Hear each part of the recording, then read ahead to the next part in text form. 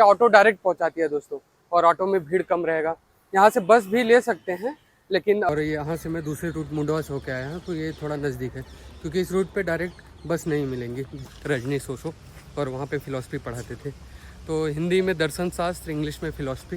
तो वहाँ के राष्ट्रपति उस वक्त निक्सन थे, तो निक्सन ने गिरफ्तार करवाया। हेलो दोस्तों, तो कैसे हैं आप लोग? स्वागत करता हूँ मेरे नए वीडियो में। तो दोस्तों फिलहाल मैं तो अपने पीजी से निकल रहा हूँ और आपको बता दूँ कि मैं कहाँ जाने वाला हूँ। आज मैं दोस्तों आपको ओशो तीर्थ गार्डन का भ्रमण कराऊंगा, आपको वहाँ का व्यू दिखाऊंगा। तो दोस्तों मैं आपको बता दूं, ओशो इंडिया के बहुत बड़े दार्शनिक थे। उनका कंपेयर सुकरात से होता है, तो आप समझ सकते हैं कि किस लेवल के वो दार्शनिक थे। और दोस्तों वो बहुत ही तार्किक दार्शनिक थे। आप उनके विचारों से सहमत असहमत हो सकते हो, लेकिन वो आपका दिमाग पागल कर देंगे। उनके विचार ऐसे हैं, आपको मतलब आपको कुछ समझ में नहीं आएगा कि मतलब दुनिया की रियलिटी यही है कि क्या है। तो वो इतने बड़े लेवल के दार्शनिक थे और उनका कंपेयर सुकरात से होता है, तो आप समझ सकते हैं। दोस्तों मैं फ़िलहाल सिटी में आ गया हूँ, मतलब मेन रोड पे, और यहाँ से मैं ऑटो करूँगा। देखता हूँ दोस्तों ऑटो कैसे मिलता है। और मैं आपको बता दूँ ओशो गार्डन कोरेगांव पार्क में स्थित है, यहाँ से लगभग 8 किलोमीटर जहाँ मैं रहता हूँ। तो यहाँ से मैं ऑटो करूँगा, देखता हूँ कितना रुपये लेते हैं ऑटो वाले। और मैं, क्योंकि ऑटो डायरेक्ट पहुँचाती है दोस्तों, और ऑटो में भीड़ कम रहेगा।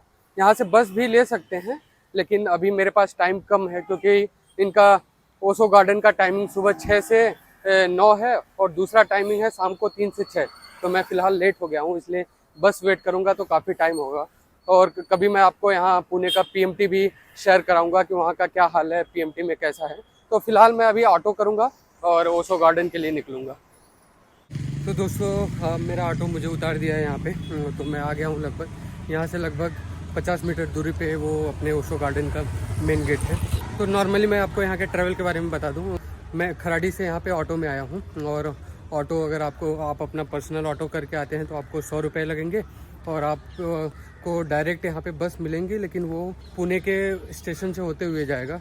और यहाँ से मैं दूसरे रूट मुंडवा से होकर आया हूँ, तो ये थोड़ा नज़दीक है क्योंकि इस रूट पे डायरेक्ट बस नहीं मिलेंगी जिस रूट से मैं होके आया हूँ।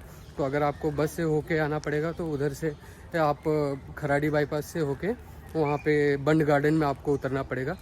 बंड गार्डन उतर करके आपको फिर एक ऑटो लेके आना पड़ेगा। तो नॉर्मली वो सस्ता है दोस्तों। अगर आप बस से आते हो तो 10 रुपये वहाँ से लगेगा, और बंड गार्डन से 10 रुपये ऑटो यहाँ पे। मैं डायरेक्ट आया हूँ वहाँ से, तो मुझे 100 रुपये पर्सनली देना पड़ा। तो क्योंकि मैं अकेला आया हूँ और काफ़ी लेट हो गया था, इसलिए मुझे जल्दी आना था, तो इसलिए मैं डायरेक्ट करके ऑटो आया। तो ये था मामला, आपको मैंने ट्रैवलिंग का मामला बता दिया।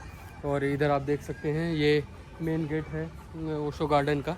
यहाँ पे काफ़ी भीड़ है, अभी लोग आए हैं जा रहे हैं। तो ये मेन गेट है, आपको यहाँ पे नाश्ते वास्ते का चीज़ भी मिल जाएगा, तो कोई प्रॉब्लम नहीं है दोस्तों। तो चलिए चलते हैं अंदर। तो जैसा देख रहे हैं आप, मैं ओशो गार्डन में पहुँच गया हूँ, और ये पीछे मेरे ओशो जी का, रजनीश ओशो, इनका पूरा नाम रजनीश ओशो है, और इनका एक शानदार मूर्ति है पीछे, आप देख सकते हैं। तो चलता हूँ दोस्तों, मैं आगे निकलता हूँ, देखते हैं क्या क्या है। तो रजनीश ओशो का एक बहुत बड़ी हिस्ट्री है, जो यहाँ हमारे एक दर्शन शास्त्र फिलोसफर थे। जबलपुर में एक महाकौशल विश्वविद्यालय था, उसमें फ़िलासफ़ी के टीचर थे रजनीश ओशो, और वहाँ पे फ़िलासफ़ी पढ़ाते थे। तो हिंदी में दर्शन शास्त्र, इंग्लिश में फ़िलासफ़ी। तो दोस्तों बहुत बड़े, आप बोल सकते हैं बहुत बड़े इंडियन के एक दार्शनिक थे। तो मैं आपको बताऊं दोस्तों, जब वो जबलपुर से निकले तब उन्होंने दर्शन शास्त्र पे, वहाँ पे फ़िलासफ़ी के टीचर हुआ करते थे।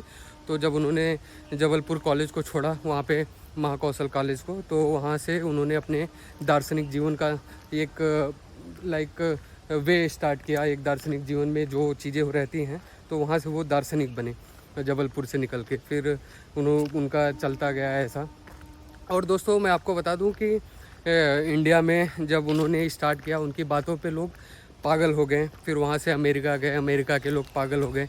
यूरोप में गए, यूरोप के लोग पागल हो गए।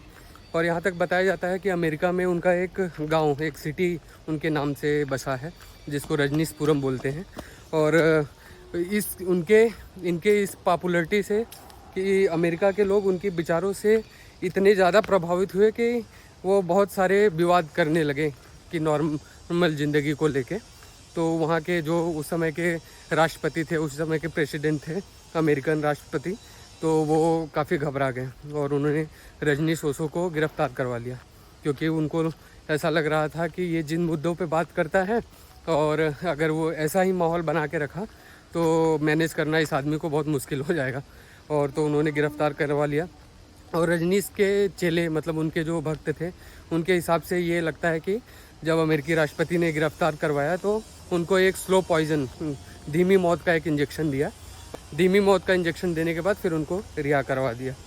तो दोस्तों मैं आपको बता दूं कि 180 से 200 देशों ने रजनीश ओशो को वीज़ा देना से मना कर दिया।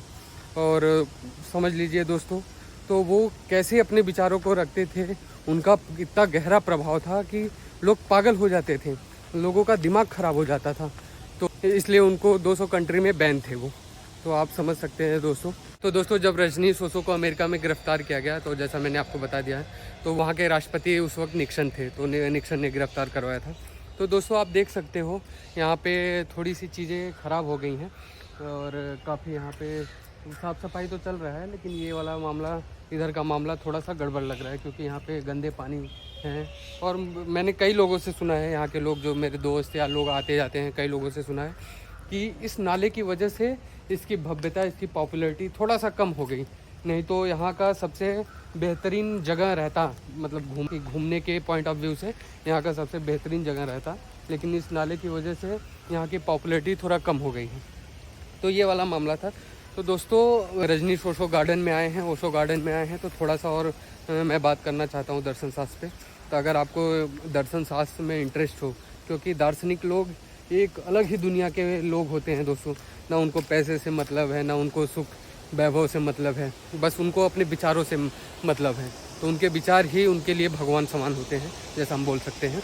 तो आपको अगर उनके बारे में पढ़ना हो तो, या किसी भी दार्शनिक के बारे में पढ़ना हो, तो आप डॉक्टर विकास दिव्यकीर्ति के वीडियो फॉलो कर सकते हो। मैं उनके काफ़ी वीडियो देखता हूँ दोस्तों, क्योंकि मुझे विकास दिव्यकीर्ति का पॉइंट ऑफ व्यू तो न्यूट्रल, एक न्यूट्रल आदमी हैं डॉक्टर विकास दिव्यकीर्ति सर, और उनके विचार भी बहुत ही सुंदर हैं, आपको प्रभावित करेंगे। तो मैं उनसे थोड़ा सा प्रभावित हूँ, क्योंकि वो दर्शन शास्त्र अच्छे से समझाते हैं। तो आप विकास दिव्यकीर्ति के वीडियो फॉलो कर सकते हो आपको जानकारी के लिए। तो बाकी चीज़ें यहाँ पे नॉर्मल है दोस्तों, कि आप आओगे यहाँ पे तो थोड़ा सा आपको लगभग शांति का माहौल। नॉर्मली क्या होता है, चिड़िया की आवाज़ें हमको बहुत कम सुनने को मिलती है। सिटी में गाड़ी वाड़ी सब, दिमाग गड़बड़ हो जाता है, दिमाग ख़राब हो जाता है हमेशा वही आवाज़ें सुन के। तो आप यहाँ आके एक शांति का अनुभव करोगे, आपको देखने के लिए चीज़ें मिलेंगी। तो देखते हैं दोस्तों आगे की एक साइड और है, उधर मैं आपको जाके दिखाता हूँ। ये तो एक साइड का हो गया, इधर काफ़ी आपने देख ही लिया है, काफ़ी यहाँ पेड़ पौधे हैं, जंगल टाइप का है। तो आप यहाँ पे लोग नॉर्मली क्या होता है, यहाँ पे लोग अपनी फैमिली के साथ, अपनी गर्लफ्रेंड के साथ, और जो भी वाइफ रहे या फैमिली मेम्बर रहे, उन्हीं के साथ आते हैं यहाँ पे घूमने। तो देखते हैं आगे उस तरफ जाके देखते हैं दोस्तों कि कुछ क्या है उधर पे।